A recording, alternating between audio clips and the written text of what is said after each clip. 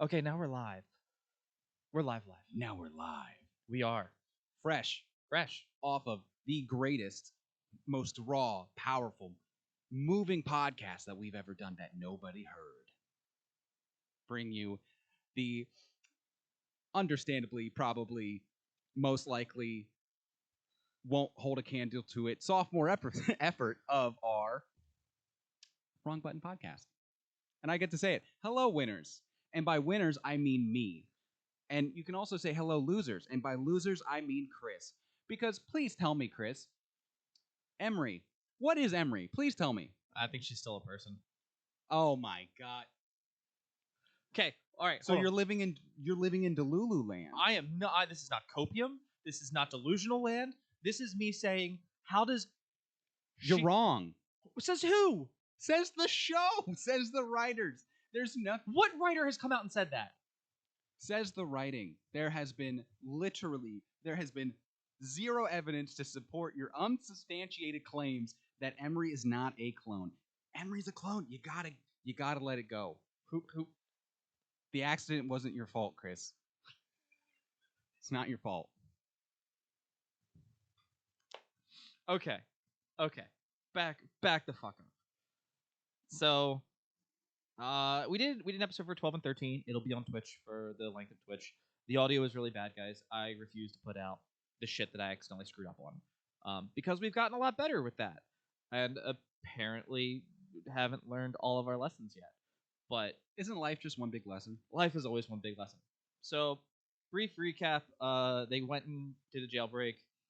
There was a point in the episode where I was like, "Oh, this is really touching because it shows that she does love him, and that like we're acknowledging the loss, but also keeping the person in our hearts. Christmas and Star Wars and the Force flows through us, right? Blah blah, and more words. And then we got to see the turbo tank. The turbo tank was cool, super cool. Always love a good prison break. Prison break is cool, and then fast forward, and we now get to do a Break in Siege episode where we get to watch kind of the funny, like, I'm the captain here, blah, blah, blah, blah, blah, blah, blah. I have a ladder, a clipboard, and 4 guys that look imposing. Let me do what I want. And they do, and then we get like the, oh my god, it's getting close. None of the Bad Batch has situational awareness whatsoever. Echo's really bad at stealth. Also, the clone commandos are really bad at observing shit, and the droids don't report anything. And now we're at the new episode. All right, I think I just summed up the other 2 episodes pretty good. What you guys missed in our last lost, you can still listen to it as Chris. It'll be on Twitch mentioned. for the length that I think like 30 days, and then it'll be Lost to Oblivion. Lost to Oblivion. Yeah. Wow. Chris had me actively changing my opinion of the previous 2 episodes because I wasn't a fan. He kind of talked me around to feeling differently about the episodes, but you can't exactly say that because those podcasts don't exist. So no, you didn't change my mind on anything, Chris. That's fine. Those episodes were something. There was one point that to me made the episode where they were escaping, because the past, and I'm gonna say up to this episode where I'm like, I feel like they're drawing this out so much, and it's not in a good way. I think the show is having a pacing problem. You mean to tell me a modern Star Wars show having a pacing problem? What? No. Say it ain't so. Tyler, I am so fucking worried that like that we got 3 more seasons of the Clone Wars. Yes. After they stuck the fucking landing. And then they made the joke for the start of Bad Batch of like the Clone Wars burns away Bad Batch, right? They made the joke. And I'm so worried that Dave is going to just like, there's the pad, there's the cliff. He's 30 feet that way. So and I do not see how they stick the landing here. What I'm hearing is that your faith and our Lord and Savior Dave Filoni has been shaken. Is that what I'm hearing? You are hearing that immensely. Okay. I think we need to take off our spectacles of expectation. Personally, I can't see a thing now. My Gunner glasses that I wear for when I play games. By the way, not sponsored by Gunners, but super love the blue light reflecting. It's great. Product placement. Product placement, everybody. Except it doesn't say Gunner on the side. I had ones that did that. I would have done that. Like, let me just set these right here. The camera zooms in on its own. Yeah, just goes towards it. We had discussions earlier during our Bad Batch recaps, and we framed it as, wow, this is the final season of the Bad Batch, and really kind of a send-off for this sort of animation style in general. Until Tales of the Empire. Well, Tales of the Empire... Surprise Tales drop. of the Empire notwithstanding. Yeah. Let's just kick that out of the realm of view for a moment. We don't know what project is coming after this. The Acolyte. Well, yes, the Acolyte. Oh, okay. Action. Oh, sorry. Go ahead. In terms of animation, Tales of the Empire, which is the second season, whatever you want to call it, of Tales of the Jedi, that's its own thing. Mm-hmm. And we had talked about like this animation style. It's probably going to go. You know, they've improved it as great as they could. It's time to move on. But what if it isn't? I think we had made a joke about this in a previous episode. It's like, oh no, they'll just keep doing some sort of story within this realm, within this animation style. And that got me thinking. We have so many expectations on how all of these different plot lines with the Bad Batch are going to wrap up. But what if they don't? What if this is just setting up another show? Or my hypothesis, what if it's setting up like an animated movie? When's the last time we got a Star Wars animated movie? I'm gonna say it was the Clone Wars, Battle of Christopolis. Yeah, the movie we don't talk about, but the show arc we do talk about. I think it's some scenes scene for scene, and some of it's changed though. I'm not 100% sure, but and so I've taken off my spectacles of expectations for how they're going to wrap up the Bad Batch, because I truly don't know what's coming after this, and you can't judge it until we get the say-so on the finality aspect. I'm also going to put these on because I can't see anything. No, that's fair. I'm going to put mine back on because I've been watching Mrs. play games, and it's a little strain on the eyes, and I just want to match. Us having eye strain? Yeah, in our line of work, never. So that's where I'm at with how I'm approaching this final episode, because holy crap, next week is the final episode. Yeah.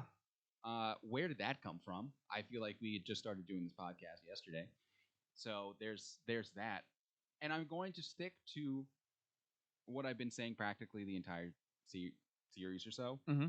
This is going to be a very long episode, just like we had with the first episode of the series, because the first episode of the series was, I think, it was like 45 minutes. I thought no, the first way more than that. I think was it? Yeah, I think it was close to an hour and a half or so runtime wise, maybe like 70 minutes. Wait, 45? Yeah, I can count. It was somewhere in that neighborhood, because you had Order 66 occurring. You know, the Bad Batch figuring out what the heck's going on. That episode ends with the Crosshair turn, and then they're,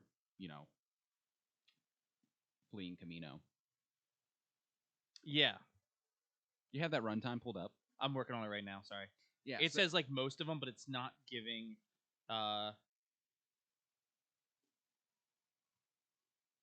How dare they? It's just not giving. And I feel that. I found it a couple times like really easy. A lot of people were saying it was the first one was 75 minutes. You're right. Yeah, for season 3. So, as far as I know, we haven't gotten any confirmed, runtime. No, the first news. I think the original one was 75 minutes, but the season 3 it was 22, 22. So I guess 75 minutes would, if they did it to be like the original one. Right now it's saying it's 22 minutes though. For the cavalry has arrived. That's what they're. I'll believe it when I see it. That's fair. That's fair. Go ahead. Now, putting my spectacles of expectation, my theoretical spectacles of expectations back on, I share your same concerns. The pacing leading up to these final few episodes has been incredibly disappointing. I'm gonna say something here. I almost wish that they had gotten Omega got Crosshair out, got caught, and was put in the vault, and we were seeing her build a relationship with these kids and work on her escape. Because right now there's time isn't real, and I'll get to that towards the end of this when we get later on in that. Time isn't real. I think Omega not being there to kind of like be like, we're brothers. I get it, I'm a sister, but we're brothers, and you're all gonna fucking get along. So that's kind of what she's done. Mhm. She's let them have their thing. But I think we could have dropped Omega out of all of it. Have her give like the sample to, like, give her sample to Crosshair, get Crosshair out, still run into Ventress, still do all of this, and then be like, okay, let's go get her. I almost want to say that would have been the better option, because the pacing wouldn't feel as off, and we could have done like, okay, what is the Empire doing? What is Omega doing? Like, show me Omega, because Omega now is she is a Bad Batcher. She's arrived, yeah. Yeah, she is who she is. But now it's like, Omega is who she is. You do the things, and it's like, guys, you're giving me some like Devil May Cry bullshit, and I like Devil May Cry bullshit. Don't get me wrong, Mm-hmm. but I want a reason for it. Okay. And I think the pacing now has gotten to a point where it is detrimental to the entirety of the show, and it's kind of like when they threw Grogu in, because like we sell toys, put Grogu back, and it's like you could bring Grogu back for a little bit here and there as like a one-off, but it did feel kind of forced. Mm-hmm. And it also like didn't feel very Mandalorian. Yeah, I see where you're coming from. Yeah. I think the pacing issues that we're seeing more closely, they closely mirror what happened with the Book of Boba Fett, with how they spliced the flashbacks with the main story itself, and people had a lot of issues with the pacing for Mm-hmm. the Book of Boba Fett. And if you remember, a lot of people had pacing issues with the start of Andor. I know it seems like you really have to think back to it, but the first few episodes, everybody was like, why is this so slow? What's going on? Why did they even bother making this show? And then by the end of Andor, everybody was like, holy crap. You're capable of this? Like, you're capable of making a show this great? So I think it would be beneficial for us to table our pacing concerns until we get the full product or a taste of what is coming next. I am still going to use pacing as a criticism for talking about later in this show. All right, I respect it. But okay. But you also need, again, to look at what we were expecting with this last season. We were expecting the meat and potatoes, a lot of meat and potatoes, because our past criticisms of the Bad Batch were when it got into the lore and the world building of this era of Star Wars, the early Empire years, you're blown away with how incredible it is. It has all of those Clone Wars qualities to it, right? Yes. But it also had, I wouldn't say as silly as some of the Rebels side arcs, but it was in that kind of vein. It shared, I think, some of the little too nonchalant issues that a lot of people complain about with Rebels. I don't. I love Rebels. That's a great show, in my opinion. Mixed in with some of the, trying to figure out the best way to word this. So, like the nonchalantness of Rebels, and then mixed in with kind of, as you said, the pacing issues Mm-hmm. that a show like Boba Fett had. Yes. Um, I'm it's really a just wait. upset they killed off Timothy Oliphant. I know you are. I love that man. I'm sorry. It's okay. But like I said, I personally am holding out for what next week is going to be. I am concerned with you that it could be a monumental disappointment, but like I said, I'm kind of the belief that we don't know what's coming afterward. Mm-hmm. But enough about the pacing issues. Let's start off with what did you think of this episode in general? Did you enjoy it? Let me give me a rating of 1 of 10. 10 being the best, 1 being, oh my god, please get this off my screen. I hate 4. this. A 4. So I am holding this with part of Clone Wars Mm-hmm. because like kind of like you said, where the nonchalantness of like Rebels, like so Rebels, it is part of Clone Wars, but it's not. Yeah, Right. it's like a Clone was, Wars sequel, but not a Clone Wars sequel. What kind of a Clone it's Wars also sequel? a different era, and it was not. It was animated by the Clone Wars team, but it was not written by the Clone Wars team. If that kind of makes sense. Yes. So Rebels, I give the first, like kind of like Avatar and everything else. Give it the first season to be a kid show, right? It's a kid show. It's a cartoon. Fine. First season of Avatar. It's a kid show. It's a cartoon. Fine. They didn't do that with Korra. Yeah. And so that brings me to my point. Like, we established this world. We established that you could talk about very adult things in this show, like PTSD, things like that, right? So we've had all that. We had a lot of that in Clone Wars, especially the latter seasons, and we had that in Rebels, like Crisis of Faith, Crisis of Self, short, all the stuff that like makes us as people. This episode of Bad Batch was just another episode of getting there, and I'm just like, and this is part of the pacing thing. We've had 3 episodes of action. I loved all the battles in Clone Wars. Clone Wars was about the battles. Like, you were establishing it, but it's like, what is the Clone Wars? Who is Anakin Skywalker? We don't know who Anakin Skywalker is. Even in the movies, like, it's like, okay, there's Kid Anakin, there's moody teenage Anakin, Darth Vader. Like, that's kind of what happens. And it's like, who was the great Jedi that Darth Vader murdered? Like, and we got that.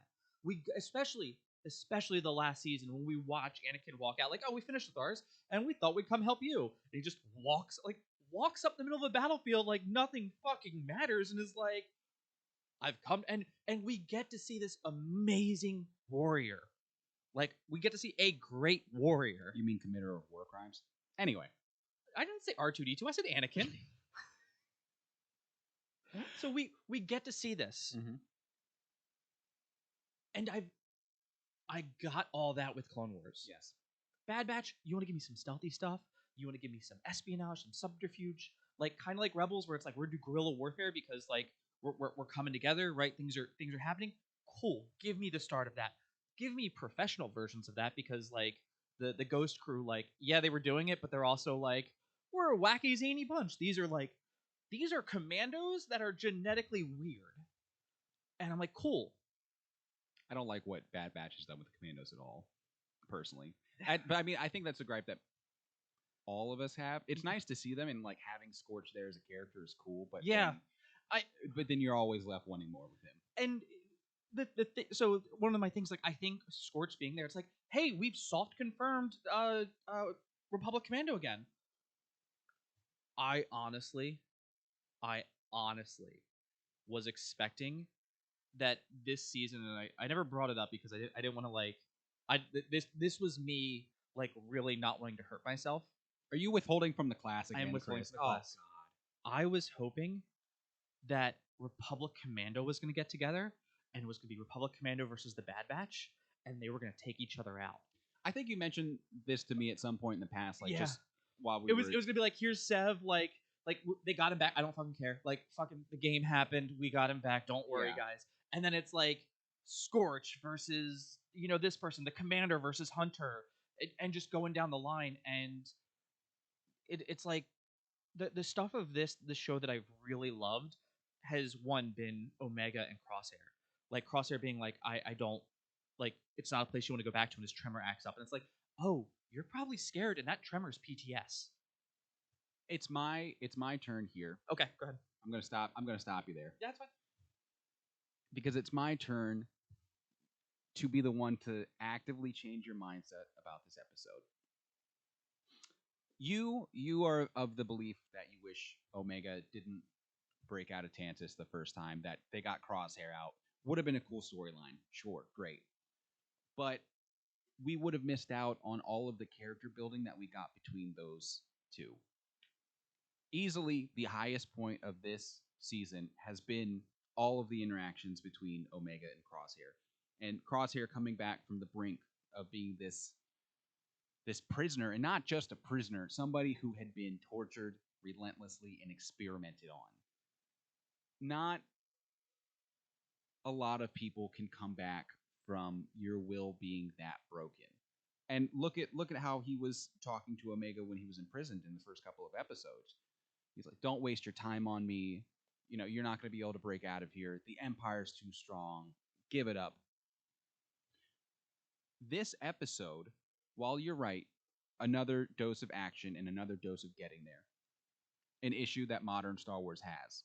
I'm looking at you, Mandalorian. I'm tired of you having to go from point A to B to C to D to E to get some milk to help some villagers.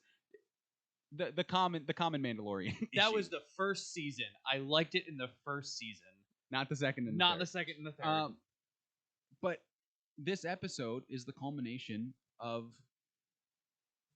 Crosshair's coming back. This is Crosshair back from the brink. Yes, he has his tremor still. He's dealing with the PTSD of Tantus because who wouldn't? Mhm. Who wouldn't deal with that? That's crazy. I would not want to be kept on Mount Tantus. No, thank you. Put me on Tatooine for Christ's sake. I'll take my chances. You're gonna be rubbing chafing raw, but go ahead. I never liked sand. You get a really wonderful scene in this episode, which I'm just going to touch on briefly before we get there, as if we haven't even recapped any part of this episode yet, because we're just our battle lines are dug in the sand now. But you get a wonderful scene with Rampart and Crosshair. I can't call it a wonderful scene because Rampart's in it. Fuck that guy. I was going to say Frick, but sure. We're 27 minutes in. There goes the rating. No, we got one. PG-13. We got one. Oh, we got one? Okay, Yeah, awesome. That was our one. Sweet. Rampart essentially is kind of, I don't want to call it chiding, but chiding is the word that comes to my brain. He's telling Crosshair, you know, are you sure you've changed? You're just like me. You're a lone wolf. You know, what are you doing here with this group that you used to be a part of, that you hunted for so long, and now you're back? And Crosshair essentially says, I've changed. You know, it's like, I'm not that person that you knew before. I'm not like you.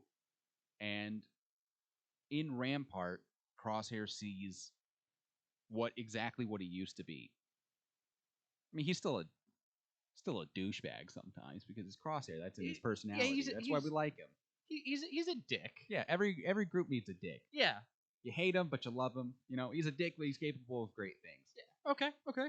And we would have never gotten this version of Crosshair or anything close to it had Omega not broken him out and been with him throughout the show. So that's the main reason I like this episode more than you. I think it's the main reason I enjoyed it far more than the other two episodes. I also enjoyed it too because there's some pretty good comedic value in this episode that I think you're ignoring, particularly with Echo, which I will touch on soon. How about we start recapping what this episode was? I'm gonna go back and say, you're right. Of course I am. When am I ever wrong? Emery not being a clone. Oh my. Okay. Okay. Breathe. Breathe, Tyler. It's all right. He doesn't mean it. He's misguided. You do make wonderful points. I do like how for both of us, there's a scene in these episodes that just this little scene is a gem. Like for me, it was, oh god, pirate B? the remembering tech and Any friend of Brown Eyes is a friend of mine. Yeah, What a like, great line. And it was, to me, that scene, like, having been through what I've been through recently, that scene to me was just like it was that moment of like, oh, here's, like I said, it was a great way of holding on to something in a way that was positive influence change. You're 100% correct. This was a great way to see, like, Rampart and Crosshair were the same, and now they're not. And Rampart at the end of that sits there and goes, "We'll see." Like, I'm gonna Okay. Sure. I'm gonna throw out there, like, I'm gonna make a hard prediction. Rampart's gonna try to betray them, tell Crosshair, be like, we can still get Crosshair and use him to weasel his way back in. Crosshair's gonna feign it and whatever. Yeah. I think you're pretty spot on with where Yeah. that's going. I think that's gonna happen, and if Crosshair lives, if Crosshair dies, he'll be dying killing Rampart.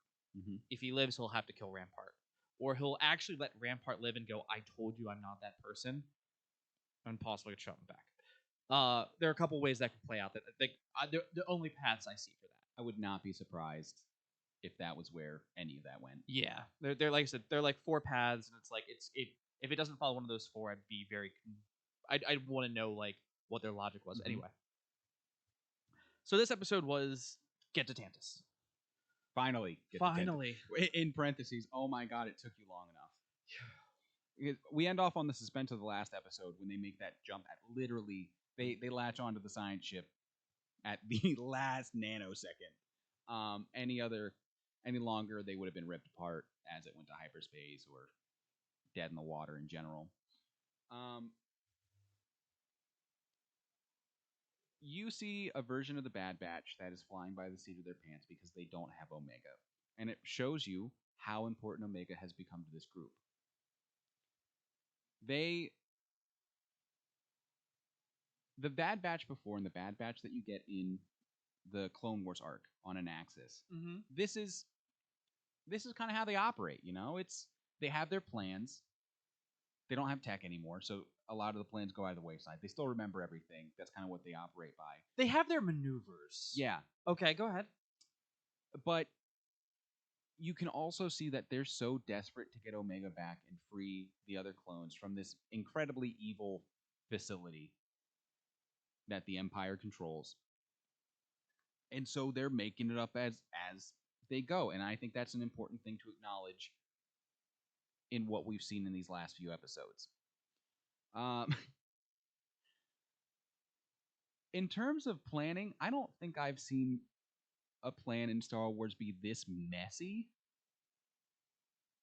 And we got to watch Anakin Skywalker for 8 seasons. So they're doing things that I think are very incredibly reckless. Like, for example, Echo sneaking onto a science ship through a droid tube and then being stuck on there for the duration of the hyperspace journey while they know that there's, like, while the Empire knows that there's been a possible security breach. Like, that's... I like that was called out, like, right away. Like, hey, a ship was stolen. They knew immediately it was the Bad Batch. Yeah. Like, that got right to them. Well, maybe because they didn't tie up the loose end of disposing of a big baboon that Wrecker knocked out at the end of the last episode. I think they should have at least hid the body. Yeah. But I think no matter what, when he woke up, unless they killed him, They should have killed him. I mean, it's a kid show. Yeah. And they're not that kind of people. Well, for the most part, they're not that kind of. They're not Avatar Kyoshi. Murder is okay. Okay. Yeah. And here's where I'm going to start in with the comedic value. Because Echo has been so much comedic value. Not just in this season, but the series in general. Mm-hmm. He's the mom of the show. I absolutely lost it when he knocked out that TK trooper Mm-hmm. who was checking on the security alert about the console and everything. I absolutely lost it. When they when they get to Tantus, I was worried about Omega or not Omega. I was worried about Echo the entire time. So they get to Tantus. Hemlock already knows because Hemlock's not an idiot. They have fighters. They're ready for this shuttle. This plan, like I said, they're flying by the seat of their pants, and of course the plan goes terribly awry.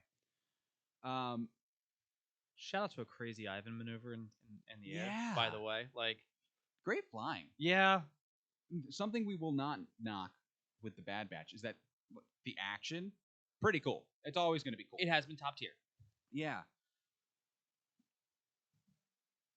Another thing, another comedic value part that I'm gonna pop Wait, in what here. was funny how he took out the guard? It was just he's just sitting there, in the back of the storage corridor, this highly, this science ship with incredibly heightened protocols. Yeah, They make a big deal about it in the last episode. It's like science vessels have heightened security protocols. They have commandos on board, all that jazz.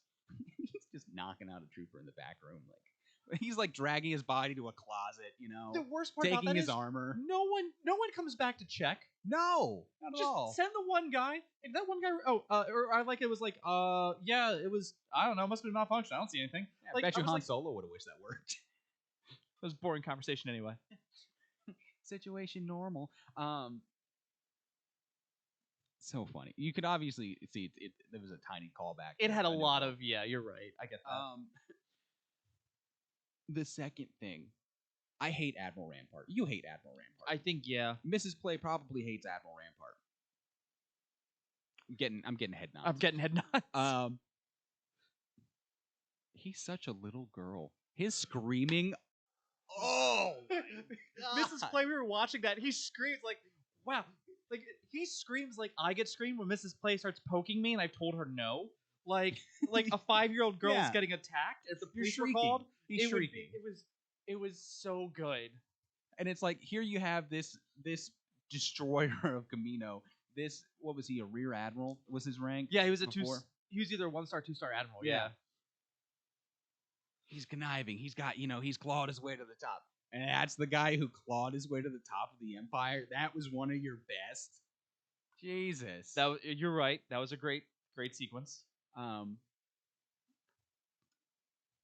Landing back on Tantus, the Empire. I love seeing the what are they? V-wings, the fighters. Oh, like the Yeah. like proto TIE fighter, but also like Yeah. like you can see where the TIE fighters gonna come out of them. Yeah, I know what you're talking about. Like seeing that. That was a nice little cool feature.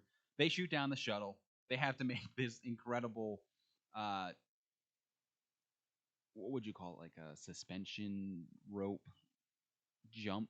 Yeah, their landing, how they were gonna do that to get out, made so little sense. I would have expected them to drop the entire cargo, like Halo strap in. You know how they fall in the pod in Yeah. the first game? Like do that, hit the ground, and then like the ship flies further, and then it gives you 2 crash points. Yeah. And instead they're like, nope, we're gonna do this. And like try not to hit anything. And I'm watching that like, you all just died. Like, how did you not hit a tree branch and just like that's it? And they because Yeah, but it's a show. it's a show. And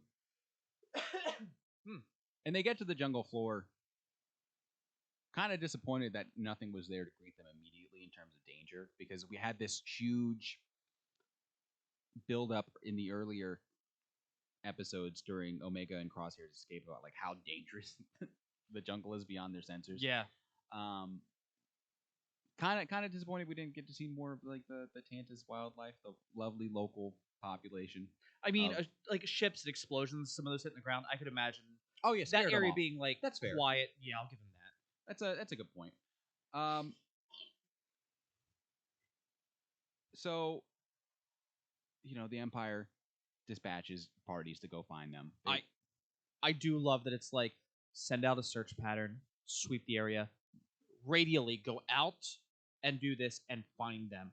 Like, congrats to Admiral Rampart for for Hemlock for understanding the rules. Yeah. No body, they ain't dead. I don't give a shit. Like everything's on fire. Like we can wait till no. You go into that fire, you find their smoldering corpses and pull them out. I want Uncle Owen and Aunt Beru in this shit. Ouch. But he's right. Like no body, they're not dead. No, you're right. All right. I just didn't think you'd go right to the. How many other Uncle Owen smoldering and Aunt corpses Beru. do you have in Star Wars? Should have been Echo. That Just saying. I'm honestly surprised that Sam Whitaker didn't come back to play Echo, considering he comes back from the dead for every Star Wars thing. Go ahead. Hey, there's still time. There's still time. There's one more episode. What happened to your voice? Droids messed with. There we go. Yeah. So we get to the jungle floor. Mm-hmm. It cuts back to we get to see Omega again, locked in the vault.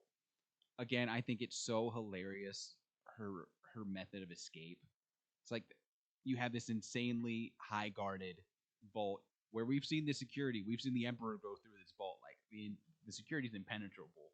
But then you have the tiles in their cells with the sample tunnels. And if you knock one out, it just starts falling. Yeah, like just so hastily made.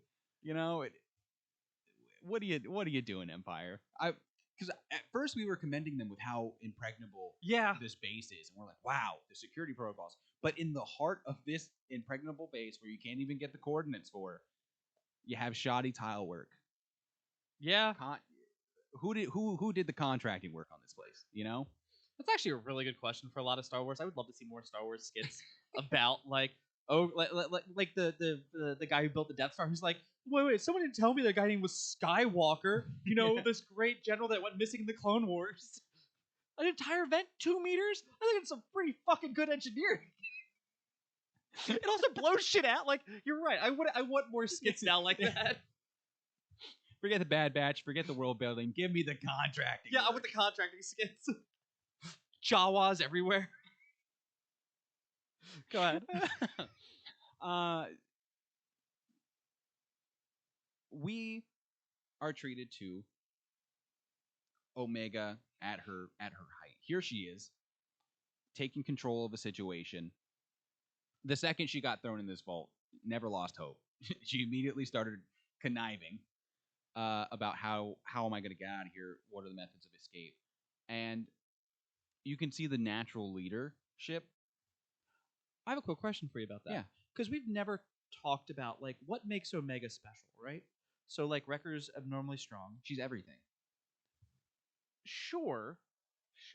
Mrs. Plays chiming in. Sure. However, as you said earlier, like, they haven't had a plan. When Tech's there, they still had maneuvers. They still had, like, they would all come together to throw in a plan. They haven't had a good plan. I misspoke. Let's go back to, like, season 2, when Omega's, like, watching Sid lose money at the chess game, and she goes, oh, no, you can still win this. And, like, what if her is just, like, tactical analysis? Like, she is everyone. She'll be able to do it all well. But her overall is just, like, see the situation, and it's just heightened by who's taught her what things. And her actual, like, genetic defect that's been, like, to be better is just the processing power that she has to come up with to be a tactical genius. Yeah, because she's worked on her aim a lot. I don't think she'll ever be close to Crosshair in his prime, but that's Crosshair in his prime. But she's good at distance. Mm-hmm. Tech spent the entire season 2 drilling her on technical readouts, their entire shebang before he kicked the bucket, unfortunately. I love that she complains about that to Echo, and Echo's like, yeah, like, no, do your homework. Yeah. Like, I'm your mom. Like, Tech's right, do your homework. Go ahead. Yeah. And then you have the strategist in her, mm-hmm. Hunter.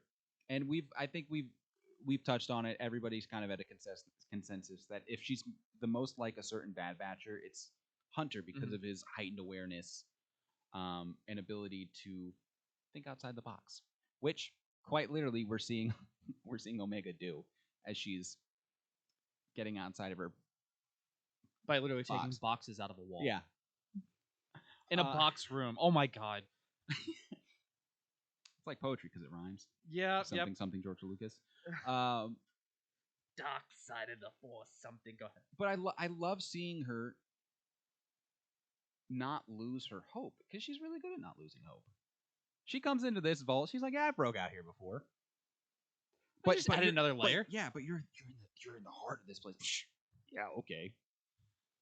We got to see how good she is at manufacturing prison breaks. I mean, like, this is She is literally MacGyvering her way out of this. She's like, I have a scalpel. yeah. Oh, okay, and tube socks. I guess like this is what it's starting to feel like. Yeah, rightfully so, because this is her using everything she's learned from her brothers, along with the confidence and swagger of being a Bad Batcher. Because when we got to meet the Bad Batch in the Clone Wars, they were baller. Yeah, and that's why when we got this show in the first place, everybody was like, "Oh, that's cool. I don't know why we need this show, but sure." Mm-hmm. Was the consensus among everybody, you and me included. Yeah. Other than an excuse to do more Clone Wars. Okay. And here she is taking charge of these Force-sensitive kids and immediately gets them to buy into her plan. She would be great at the top of a pyramid scheme. She would be all world. She would not have to work a day in her life. That's matter of fact, that's Omega's business plan after the show. Start a pyramid scheme? Yeah. That's what I enjoy a lot about this episode too. Another one of its really redeeming qualities is that this is Omega in the meat and potatoes of everything she's learned. Love the scenes with the kids. She is asking them for cover because you hear the blaster fire. It's shaking the mountain a little bit. You hear the explosions and everything. So she already knows that her brothers are there. There's nothing else that would have brought this up. And the fact that what is that? Those are she's like, those are lasers. Like, what does that mean? It means my brothers are here. Yeah. I do love the fact that the little brother comment to Crosshair early on, still gonna be one of my best things. And the fact that she's like, no, they're my brothers, and she's embraced being a clone. Mm-hmm. And to me, that is extraordinary. And yeah, I love that the kids are like, how? She's like, you'll think of something. I'm like, all right, look, Omega. They've had zero training. They've had zero education at this point, probably. You need to give them just a little bit more. Just a little bit more direction. Teeny bit more, yeah. kid. Like, love the moxie. Just stall for me. It's like, what do you mean stall? Stall for you. I was shot the last time that happened. Yeah. It was a nice little break of comedic relief because as Omega is going through these incredibly claustrophobic and dangerous sample tunnels, those things are on rails. They're flying. You get the kids making their own diversions, like, "Oh, can I go next for the blood tests? So I don't feel good. Let's talk before I need some food before we get there." Mm-hmm. So what happens here is Dr. Carr is like, "Oh, hey, they start attacking. And they're like, it's a lockdown." She leaves and she looks at the other scientist. Did we even get a name? Doctor something. I don't care about Dr. RBF. True. Yeah, that's fair. So Dr. RBF is like, your concern for these clones is not necessary, like these samples, and like she it's like, oh wow, you are the monster. Like, Emery, you're a monster, but she is the and she leaves and she's like, go fucking get their samples or something. Oh, there goes a PG-13 rating. Go get the samples. Twice now. Oh my god. And so this is where my biggest issue of pacing actually happens. Really? And time does not exist in the Star Wars universe. Did it have to? Kind of. Explain to me what a rotation is. That's a good. You're not wrong. Like, I don't know, but so Omega's like, I'm gonna sneak out. I'm gonna go figure out where they go. If they come in here, stall for me. We know that the thing is happening, right? We know that stuff's going on. Mm-hmm. And Omega's like, I'm gonna go back to my cell, like wherever she goes to the bathroom. I don't know. Like, she's like, that is a very good question. But again, bathrooms always been the question in Star Wars too. Where are your bathrooms? Answered in Survivors. True. She goes in, she does her little thing, takes down her tiles and crawls up the shaft. Okay, one. How tall is the shaft? Where the fuck is she going? She doesn't know. Okay, right? So where is she going? She's like following the things going from place to place. I wish I wish one it would have been a little bit more of like I need to go this way. Like so like if you want to like go the force, right? She's like like something's over there. Like if you want to give her like her force sensitive moment, congrats. The force works in mysterious ways. That's how the force works. Like you could make the joke for That's Finn. not how the Force works. You could have made the joke, had Yeah. her go and find that, right? So she's crawling. How far? How fast? How what's the distance? Like there are so many questions here. So she comes in, right? So let's give him Hold on a second. okay. Dr. RBF didn't immediately come in. Actually, there was a difference of scenes. It wasn't an immediate Emery leaves to go check on the lab and then she goes downward. She stays up in the center for at least longer than you think it is. And but that's also part of my problem because it changes scenes and in theory like it's not like okay, it's not a turn-based game where it's like we're on the Bad Batch over here freezes. We're over here, Bad Batch freezes in place. Like so I would have liked to have seen like her like go through and like checking something and like kind of like give me more of a sense of time. Because you're right. Let's say it's 30 minutes later. So Omega just goes up, over, down, around, right? Somewhere. Finds the Zillo Beast and is like, okay, cool. We're like, oh shit, the Zillo Beast is back. Yeah, they cloned it. Woo! I don't think they cloned it necessarily. Because we had the Zillo Beast episode in what was that, season 2, right? Isn't that? But isn't that the clone Zillo Beast because they killed it in the first season? Or they killed it they killed it when it was rampaging through, Coruscant. I thought, did they actually kill it? I can't remember at the end of Clone, or did they just lull it to sleep enough? No, they lulled it to sleep when the Bad Batch fought it. Yeah. I think this is the clone. Okay. Clone or the child. And if not, then I'm really hoping that like that's the original, and then the clone we get a kaiju battle because fuck it, Godzilla's cool. Add well, I guess technically there already was animal cruelty with the Lurka Hounds, but add extreme animal cruelty to the list of experimenting on animals, things wrong with Tantus. The list goes on and on and on. And then she climbs back down, and they're like the kids, like they're stalling. The one guy tried to escape. I was expecting for like, they're gonna put the little kid in there, and the little kid like he has exhibited using the Force. Him being like, oh, I want the pad that she has, and taking it, and then them playing keep away with the kid because all the clones like the base is under attack. They're under a new lockdown. Like, sure, there might be commandos out there, but at the same time, those commandos might have to stay there and be like, we can't go in there. You need to deal with it because what's out here is going to be way worse than those kids. That's fair. So that's my problem with that's my real pacing issue where it's like, okay, Omega went and found this, came back, and yeah, I'm with you, but only because I feel like they cut back to the scene of her walking down that hallway to the vault for an uncomfortably long time. I think they kind of used it too much. But then again, if you think about it, what security protocols does she go through from the observation deck down to the vault? Is that through all, like, does she have to go through more ray shields? Does it take more time? We didn't see that. I don't think so.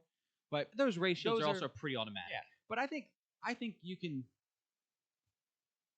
dismiss that as just typical, not big episode altering pacing problems, but definitely it's definitely some continuity that I'm like, it feels a tad lazy. That's fair. I can agree with that, because if there's any issues with the pacing of the episode in that segment, in that set of scenes, that's I'm agreeing with you there. That's fair. Meanwhile, because we have 3 different scenes being set here. You have the Bad Batch minus Echo Mhm. running through the jungle, Mhm. trying to, I guess, get to Tantus, get in Tantus somehow. Get to the facility, yeah. And then you have Omega within the vault trying to see how this whole grand thing's going to go and how they're going to get out of there. The Zillo Beast, by the way, that is the Tantus is going to blow up calling card. That thing is going to take them out and out. That's my hypothesis for the final episode. They're going to use the Zillo Beast, destroy the facility, all the clones get out. You know, that's where I think it's going. But then the third, and my favorite set of scenes of this entire episode, you have Echo, who weasels his way out of the science vessel, Mhm. partially because the science well, officer, I guess, of that ship is giving lip to the commandos when they land. It was to Scorch, right? Scorch was there to meet that ship. No, it was just I think it was just a clone commando. Yeah. It's like we already did this whole intake process, and you're gonna doubt our intake process? Like we scanned everybody, we're good. We know where we are. We know who it is. Yeah. Go. There was a shuttle on the other, like attached to us, sure, but not us. We're cool. We're good. Echo. You don't even know if they know the shuttle was attached to him. They make no note of that. Yeah, that's fair. Go ahead. So then you have Echo roaming around Tantus, trying not to look conspicuous. But the thing about Echo in Stormtrooper armor is that he doesn't have 2 hands until he gets to the point where did he take out a second trooper to get to acquire his hand? No, the protocol droid comes up and is like, "What are you doing?" Yes, here? it's the protocol droid that he murked. He murked him. And he stuns the trooper, murks the droid. So I think this is still him going like, "I still don't like droids." Yeah, of course. He's spent an entire war killing him. He's like, "I don't like bipedal droids. I have a problem with them." Absolutely one-shots him. And then screws in his hand. And while I was watching the episode, I sat there and I was like, no, how are they not going to notice the fact that there's this trooper walking around with a droid part for a second hand? And then he knocks out. And then he gets it and puts it on, and I'm just like, that's convenient, but I'm here for it. Like, because that was my fault. My question to Mrs. Play, like, I feel like this isn't gonna go well. Like, how's he gonna explain this? Like, unless he's constantly like Crossing hey, his trooper. arm or something. Yeah, he's like, yeah, man, I'm having a good day. Why are you standing like that? I always stand like this. Yeah. That was comedic gold. There have been some really great comedic scenes. It was a very good moment of levity. I can mention this again since our other podcast is not here. The kicking of the mouse droid of Get the fuck out of here. Yeah. From Omega. That mouse droid cursed her up and down too. Oh my god, I love she just kicks it out. And yeah. Loved all of these scenes with Echo as he's just finding his way through Tantus. He's never been here before. He's lost his all get out. I like how that he gets out the same way he got in. Like he's like, oh, they're the droids. Okay, down the tube, drops down the tube, Yeah. And then he's like running over here. Like the boxes are the same spot, just like he came in on, let's say, like the left side of getting to the ship, on the back of the ship, gets off on the right side, sees the troopers walking out, and just falls in behind them. And they're so oblivious. They're like, oh, we didn't notice there was that fourth guy. Like, and this goes back to our mantra that if you have a clipboard or if you have a vest and a ladder, you can go into most places and people won't question you. It's very sad, guys. It really is. Go ahead. I'm not going to condone that for the audience. Live. There's a I don't have a live sign. We have a recording sign. Live. You do what you want. Which of the culminations of the scenes would you like to touch on first? I think we've really touched on the main part of what's happening in the jungle. The what's happening in the jungle outside of the scene between Rampart and Crosshair, I think, is the least interesting of the 3. Save for one point, right? So Crosshair. So when they land in the jungle, it's Wrecker and Hunter, Crosshair, and Rampart. And he's like, should we break radio silence? He's like, nope, we're not going to do that. We're going to head towards this. That's where he's going to head. He's like, how do you know? Because that's what we're fucking here for. Like, it's very, very, like, Like, brother, let me do my job. Yeah, we can do this. And that's when the whole dialogue between like when they get together, Rampart starts happening. So they get to like a rock cliff, and they're running, and Rampart's just out of shape. Yeah, he is. And Which is weird because he's been working in a labor camp. I mean, he's doing strength training, not cardio. That's fair. Not cardio. You've been doing cardio, but that's trying. I just want to ride my bike. And so they get to the wall, and he lays down on The wall. he lays down, and there's a moss bear cat, right? Whatever you want to call it, yeah. Yeah, and it starts to move because it doesn't look the same as the rocks, and it gets up, and everyone else like back away very slowly, screams like a girl again, and runs off. They shoot at it, they get away, they slip away. Wrecker takes the claw to the chest, which, by the way, claw to the chest armor, always dope. Always dope. I'm tired of this man getting knocked out every fight. It's the like strong guy gets knocked out every 5 seconds, and I like how he's like, I'm gonna take it on. Like he like tries to Steve Irwin it, and all I'm just the time. like, really? Or that old or Leroy. Yeah. Leroy Jenkins. And then Hunt, yeah. Hunter and Cross. Did he? He just went in, guys. He just went in there. But we watch Rampart run away, and he like trips and falls through the jungle, and I was like, you know who else is a really good director? I was talking to like Steven Spielberg. I wonder if they're just gonna Jurassic Park Rampart. Like he's gonna run into like Compies or the spitter thing, and like that's gonna be it.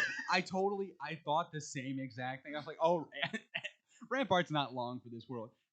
I would not have been mad if that was the kill off. I was kind of hoping for it. Actually. I was kind of hoping for it, and instead he like draws their attention to him.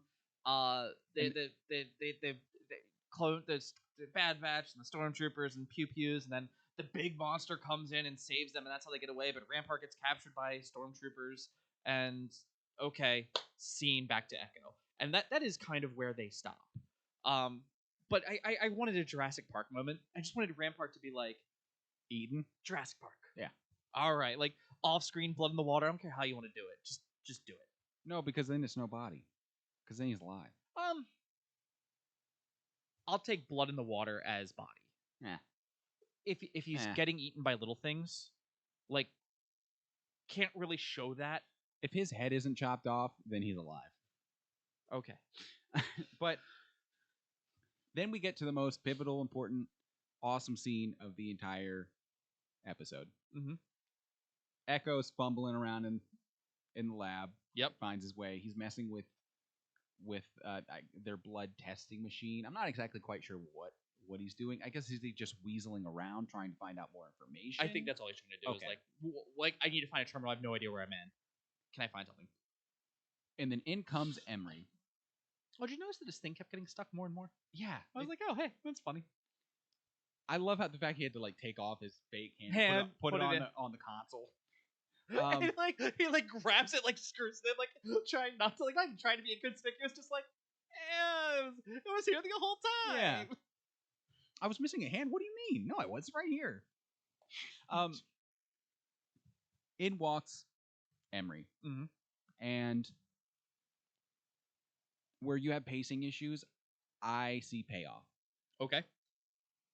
Because we got such a good episode with Emery becoming the chief science officer of this base. Mm-hmm. And again, like that's girl bossing your way into a better position right there. Shout out Emery. You know, she said, hey, this position's open. I can be a better asset to this company. Let me do it. I've heard this. And then that's when you realize there are kids that you're experimenting on in the vault. And then immediately makes you realize maybe Omega was right and this is not the place for me. This workplace culture leaves a lot to be desired. I'm going to leave a bad review on Glassdoor. I'm gonna maybe not put this on my LinkedIn profile. Can you please explain your job history from, 15 AD, yeah, 10 BBY to 6 BBY? I was on vacation. Sabbatical. I took a sabbatical. Tantus. It's a studying biodiversity. Oh, something about biodiversity at that place. Sure. Where's Tantus? How do I contact him? Oh, you can't. Sorry. May we contact this employer? No. No, you may not. So in comes Emery. Immediately, she realizes you're not supposed to be in here, Mister Stormtrooper. And Echo's like, we're under New protocols. Had to new search protocols. everything. Yeah. By the way, really good. Yeah, it's fine. I was like, for spur of the moment, like, fuck, we're not. Everyone knows we're here. Yeah, fuck it. What else? Had he not been screwing in his hand, he might have had maybe an inkling of a chance. Or if it was anybody less smart than Emery. But Emery drops, "You're Echo, aren't you? Yes. I've heard so much about you." Which she has. Yeah. You know, Omega spent, what was it, 160? I think we said like 100, almost 120 days. Something like that. Something like that. It was almost a school year. Yeah. Yeah. It spent a long time with Emery. So obviously, Omega's a talker. She sees the best in everybody and trusts easily. They made that point evident during their escape when Emery didn't go with them. And here you have Emery once again placed in the situation of what side am I going to choose? And good for her, she sees the full picture now because she didn't see the full picture before. And I loved the little speech that Echo gave her. It's like, what are you doing? You're a clone like us. And say it with me, Chris. You're a clone like us. So You're a clone like us, Chris. Hold on. We're gonna talk about. So one, authorial intent, and this is my biggest issue with who's the guy who played Kanan? Freddie Prinze Jr. Freddie Prinze Jr. Because he has this whole thing about Fred from Scooby-Doo. Yeah. He has this whole thing where he's like, if people would have read this and known what George Lucas knows, you can't build a Jedi that can level up. You can't get stronger. It's fixed. Authorial intent means nothing because I can disprove all of his thoughts with just going with the canon movies, right? Freddie Prinze, just enjoy the vibe. That's what I keep telling you. You're such a great character. Stop show, being you. Like, damn. Like, you literally watch your character get stronger in the Force. Like, Kanan sure, has one of the best arcs to ever exist. Like, sure, it's not leveling up, but it's fucking leveling up. Yeah. Anywho, right? So that happens. So one, the Wikipedia does say she's a clone. She's a modified version of Jango Fett, or Jango Fett template to be a female. Sure, you want to put that in there, and if they're going to write that somewhere, one, like I said, that's really lazy. It's not. How long did it take for the Jedi to discover Kamino? How long did it take for the Kaminoans to grow a clone army? What, like 10 years? Yeah. You mean to tell me in 10 years they didn't experiment with something else? They had 10 years. It's not lazy writing. It's just they're scientists. They were scientific people. What scientist doesn't have side projects or just shooting the breeze? That's what Omega was, for Christ's sake. Sure. And Omega comes with the Bad Batch, right? Mm-hmm. We get that, and she's different, and she hangs out with Nala Se, and she's different. And maybe when Omega came along, Emery used to be Omega with Nala Se, and then Omega comes along, and it's better. Exactly, but that's the thing. What does Nala Se like to do? Create her own lab assistants. Fine, and you know what? If we want to say that that's a thing, it is a thing. And I'm going to use your own words and the words of the show to kind of give you my pushback. Omega's too trusting. Yep. So the only reason that Echo is saying that she's a clone is because Omega said she's a clone. The only reason Omega said she's a clone is because Emery said, I'm a clone like you. And we still cannot trust Emery. Is she probably going to do the right thing? Sure. She found the line of, hey, I have a problem with experimenting on kids, but I also wasn't going to ask any fucking questions. We're doing all these blood sample tests. It doesn't seem to be copacetic, and I'm sitting here saying, like, here, everyone's useful. There is no war in Ba Sing Se. There is no evil emperor. It's the Galactic Empire. We all voted for it. Poland invited us. Go ask them. You went hard with that reference, I'll say. Also, the fact that you worked in the word copacetic, I doubt that Alex is watching right now. There's a song, I'm blanking on the name of it. But copacetic is like the main word in it. It's one of my favorite like GRE words. Nice. It's fun to say. Yeah, it's like going linguistically, it hits like all the points of linguistic like word forming. Go ahead. Yeah, sidebar over. Yeah. Do you mean to tell me that if you had a clone, or if you were a clone of somebody, you wouldn't be able to tell if they're a true clone or not? You have a brother, you have a sister, right? You're related, and you just know that's just how it is. Like there's that connection, right? Echo especially, fought a war side by side with all of his brothers, right? They were clones. Just because Emery's a female would not, in my opinion, dissuade from Echo's ability to see through the bullshit, right? You following? You see where I'm coming from? If Emery, I want you to know that I've got like clones side by side. Mhm. Like clones, helmet off, side by side. So I have Dogma. Yep. Or no, I have Jesse. Yep. I have Rex. I have Cody. I have other 501ster. I have Emery. So the only thing. What's the eye color? I can't find a close up of clones' eye colors. I'm doing my best, but that's really? like one of the things I'm trying to do. Okay. Because That's the giveaway. And I would say yes, and because she looks like Tech is the only reason I will give it that. But her saying she's a clone and Omega being trusting puts that all into question for me. So I'm gonna treat it like, is there a body? It like I said, her entire thing with Nala Se, where it all you had to say was like Nala Se being like, and that's why I created you. Okay, cool. I would resign immediately and be like, have to. She does because She doesn't have to. then why does she have a last name? Why Why not? Why does Omega not have a last name? Because she doesn't want one. I don't know. It's not Why do the clones not go by? It's not Jesse Fett. It's not because Rex they're Fett. numbers. Because they're property of the Kaminoan government.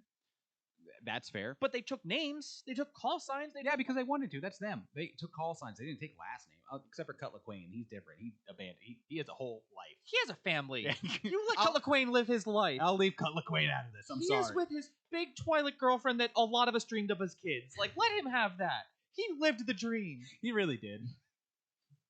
He got out scot-free, too. Rex is like, I don't know. I have amnesia. Traumatic brain injuries are a thing for soldiers.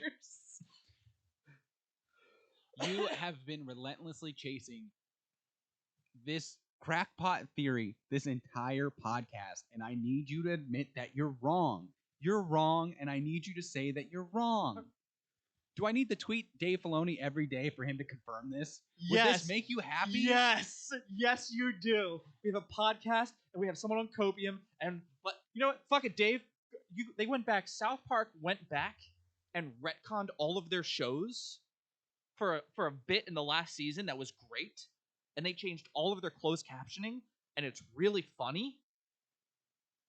Dave Filoni, I want you to go back and have Nala say, and I want Sam Whitaker to do it in the most generic voice ever, where Nala says which is like, I was a child too, and I just want the scene to linger just a half second longer, and I want, that's why I created you, in the most generic white guy voice that's bad dubbing ever, and I will concede this. Until then, Omega's unreliable.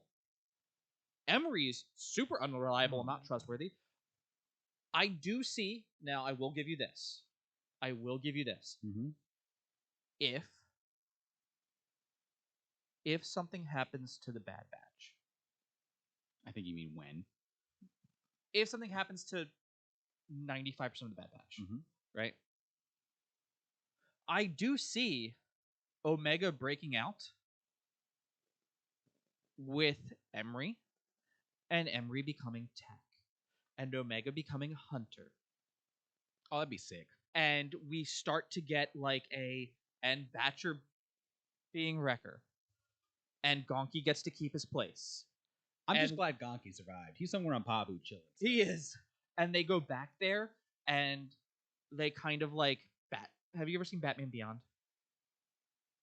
No, I don't. Maybe. Okay. The Batman has like a thing of all the Batman suits, and like Robin, Batgirl, Nightwing, and it's like there is a Bad Batch encasement, and it's like break in case of emergency, and Tech's armor just fits, it fits Emery just right. Sure, if that happens, and then they're like, okay, hey, she's a clone, or she goes like, yeah, I was created, blah, blah, blah, then you came along, blah, blah, blah. Like, I couldn't let my sister. And if she's escaping and she's like, I couldn't let this happen to my sister, we're family, I will fully concede. Because then I'm like, what point do you have to lie? You are helping them out. God, it's like hurting the British at Yorktown, for Christ's sake. That's the French. That's the French for me. That's what it's gonna take. I'm telling you, it's unreliable. Because you can't, in the beginning, like, Emery's like, I'm a clone, I'm like you, and it's like, you just want the child to be complacent. Everything looks unreliable to a crackpot like you, Chris. God. I've called a lot of things in this show, and the one thing I'm digging my heels on and calling, like, why are you dying on this hill? That's what I need to know. When did it become? When did we become so line drawn in the sand over this? Because I deal in absolutes. I will do what I must.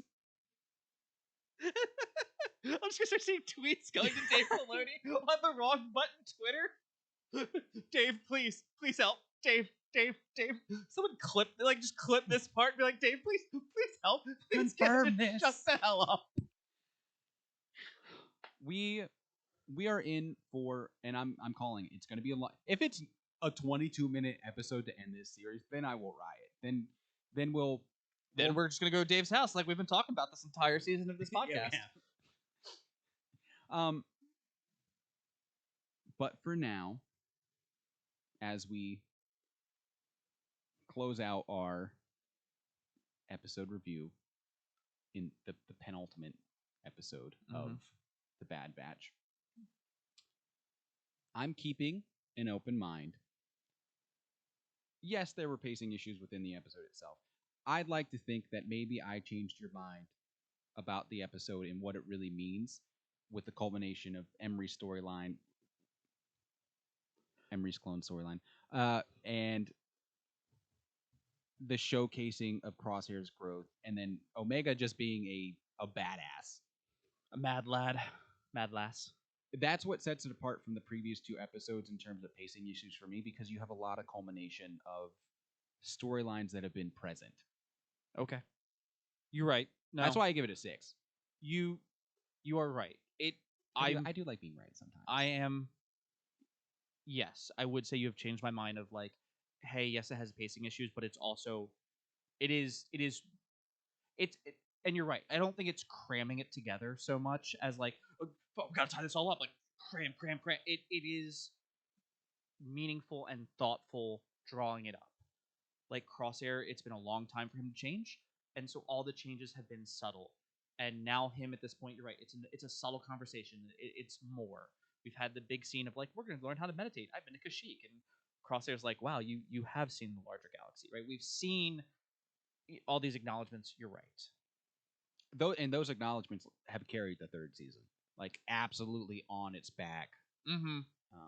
Actually, all the subtle scenes have been. I'm thinking about this in real time. Okay. I just made this connection in my head, but it mirrors a lot of Avatar for me. Okay. And which Avatar? The Last Airbender. Okay. Because this joke is made where everybody gets to go on a nice field trip with Zuko except for Toph. As if Toph didn't have like the most eye-opening experience with Katara in bossing Say in one of the shorts. Where it's like, she doesn't need makeup to feel pretty. It's like, I don't have to I don't have to worry about my appearance. All that jazz. It's like, I do like when she's like blowing the mud on her face. oh yeah. Go ahead. What was the field trip with Zuko? So in Avatar: The Last Airbender, especially in the third season, everybody got to go on a life-changing mission with Zuko. You're talking about the Tales of Ba Sing Se episodes, like the 3-parter? No, that was just for Toph and Katara. I just mentioned that as like I'm sorry, Toph, you didn't get a field trip with Zuko, but you got a really great field trip with Katara before, so like, Okay. settle for less. Sorry. Cool. Okay. Yeah. Oh, the third season, the third book of Avatar, chasing down the person who killed her mother. Yeah. Oh, okay. Thank you. Yeah, and if I remember my episodes correctly, those came back to back to back, basically. Yes. You started off with Aang and Zuko, learning true firebending from the ways of the old masters, which ended up to be dragons.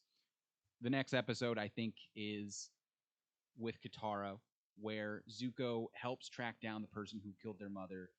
In the end, the message that revenge isn't the way, no matter how much you hate somebody. And it wasn't the right guy, right? No, it was. He was just a laughing stock of a human being. Oh. And then the third episode was Sokka busting out his dad and the love of his life, Suki, from prison. Love me a jailbreak episode. Mm-hmm. Even though Dave Filoni, I think by the end of Avatar: The Last Airbender's run, he worked on the first season. I don't know if he had any affiliation whatsoever with the other two books, but it reminds me a lot of those field trips with Zuko. The way that the Bad Batch seasons have taken place, because season 1 was heavy on Omega and Hunter. That was the central pairing, the central plot progression, so on and so forth. Season 2, Omega and Tech. Primary plot points. Tech getting all this awesome character development. Wonderful. Yes. Season 3, Crosshair. That's what kind of reminded me of how it feels. You have Omega learning from all of her brothers across that amount of time, because I'd say some of the best moments of season 2 were Tech and Omega. Some of the best moments of season 1 were Hunter and Omega, because you get that fatherly figure. And then personally, with the interactions with the Crosshair and this entire storyline and the themes that go with it, blow the other two out of the water. I loved the scenes with Tech. May he rest in peace. But like teaching him to be more human, less analytical. Exactly. But man, the Crosshair stuff is just so good. And so that's why I'm leaving my final judgments for when we get this last hopefully wonderful episode next week. Okay. Any final predictions? My central prediction is just the fact that we're gonna get a Zillow Beast Loch Ness Monster type event, or I'm sorry, Zillow Beast Godzilla type event. And that's the end of Tantus. That's gonna be the end of Tantus. It's not gonna get destroyed. I think it is. Okay, I'm sorry. The vault's not gonna get destroyed. Oh, I think it is. The pre-vault. No, I think it is. I think all of it's gone. I think the building's gonna take some stuff. The vault, they're gonna be able to salvage some stuff there, like Emery's data pad, something, right? That it can be done. I wouldn't be surprised if we get a Moff Gideon reference. Oh, that'd be cool. Because he's trying to like do the clones in his own series after the Emperor. So I feel like it needs, because as a lot of people have said, like the Clone Wars was, okay, you didn't answer the questions from episode 4, the original movie. Yeah. Of like who Anakin really is. So we got the Clone Wars. And the prequels needed to be fleshed out more. They did. This is, okay, what's the deal with the First Order? The Emperor coming back, like, can we make Fortnite not canon? What are we doing, right? I do think that that is. I do think like if the rumor mill, because I've seen the rumor mill of like Kathleen Kennedy says that the sequel movies are no longer canon, and that she's getting rid of them. You can't like it. I think you've gotten in too deep now, and You're like 10 years. too late. Yeah. Yeah. But You can build around them though. Like there's yeah, they have good points to them, and Yeah. it's just like the original series where it's just like it has good points, and then there are points of it where you're like, this is stupid. This is kind of stupid, but that's okay. I'm here for both. I'm wondering if I wonder if we're gonna have two battles for tech. One is killing the Shadow, because he does like walk off. I don't think the Shadow's going to show up again.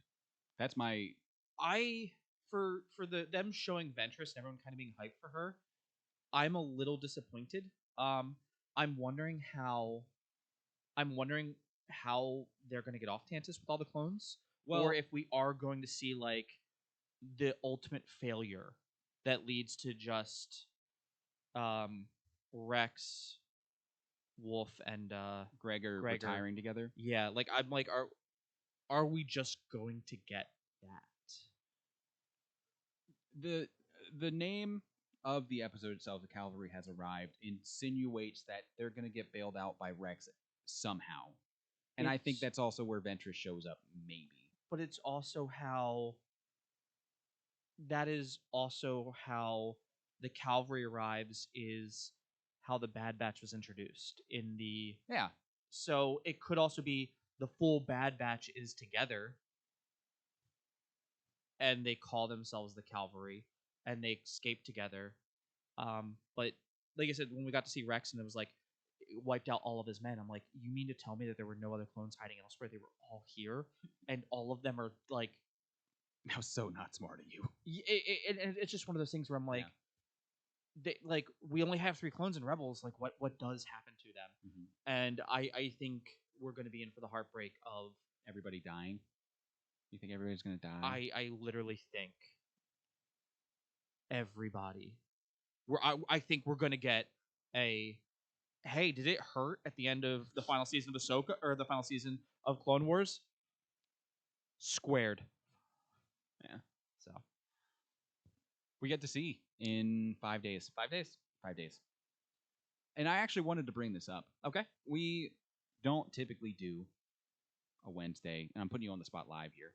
We don't typically do a Wednesday podcast, but do you think this is really what warrants it? Because for those of you who don't know, we have a very busy May the 4th coming up, where we will be doing a live podcast right after Tales of the Empire.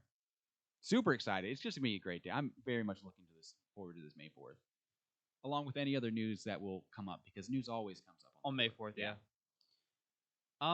Is that possible? We are 2 working Americans. That is completely possible. Hold on. Are we getting the seal of approval? Yeah, we're getting the seal of approval if we did a live podcast on Wednesday. So yeah. Okay. Sick. What? It might be late. It might be an 8 o'clock. It might have to be an 8 o'clock podcast. Sure. Probably not. Probably. If all goes well.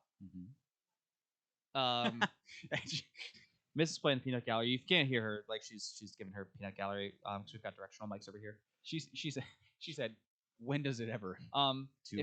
If it goes right. Yeah, it could be like if we get back at respectful time, depending on how long the episode is, it could be like, hey, you come over, we watch the episode, and it's a feature length film, and then it's like we'll do the podcast after. Yeah, that's fair. Yeah. I did not add in. Watch time. The watch time definitely, because I was like, we could totally go over here and watch it. I work 5 minutes from we can from our undisclosed location. we can totally try that. We will. You know what? Yeah, we'll do it. We'll make it work. If Thursday has to be a rough day, Thursday has to be a rough day. That's fine. But yeah, if you guys have enjoyed this, please don't forget to like, comment, subscribe, follow us on Facebook, Twitter, and Instagram. Those of you on the MP3, hope you enjoyed the beginning part of this audio because that was fun. Anything final for you? It's been a great ride. I'm looking forward to it. I don't know the next time we're gonna have a Star Wars podcast outside of June. Are we doing one for the Acolyte? Really? I don't know. That's a question you're asking right now. Are we just doing one for every Star Wars show at this point? We might. I mean, Might as well. We might as well. Yeah. Like we do really enjoy. I enjoy podcasting. It gives us something that's not like, hey, what do you want to talk about this week? I enjoy you, Chris. I enjoy you too. Stop. I like doing Stop. monthly podcasts, but it's nice to have something to do, as far as like always have something to talk about. I've been looking forward to this for the last 2 days. So Yeah, actively, like this is the height of my week. Of your week. I'm glad. I look forward to like Wednesday. It's like Wednesday, and then it's like, okay, we get to talk about it on Friday. It's a sprint to Friday at that point. It is. Yeah. Yeah, so if you guys enjoyed this, don't forget to like, comment, subscribe. You can follow us on Facebook, Twitter, and Instagram. Hey, you guys, this will be available for you tomorrow on Saturday, because it is Friday, roughly about 10 a.m. Eastern Standard Time, on your podcast platform of choice and over on YouTube. And tune in next week, 5 days from now, to see Chris eat crow regarding Emery, because she is a clone. And without further ado, I get to lead it off. You're all winners out there, always and forever. Keep it weird. Have a fantastic rest of your day, everybody.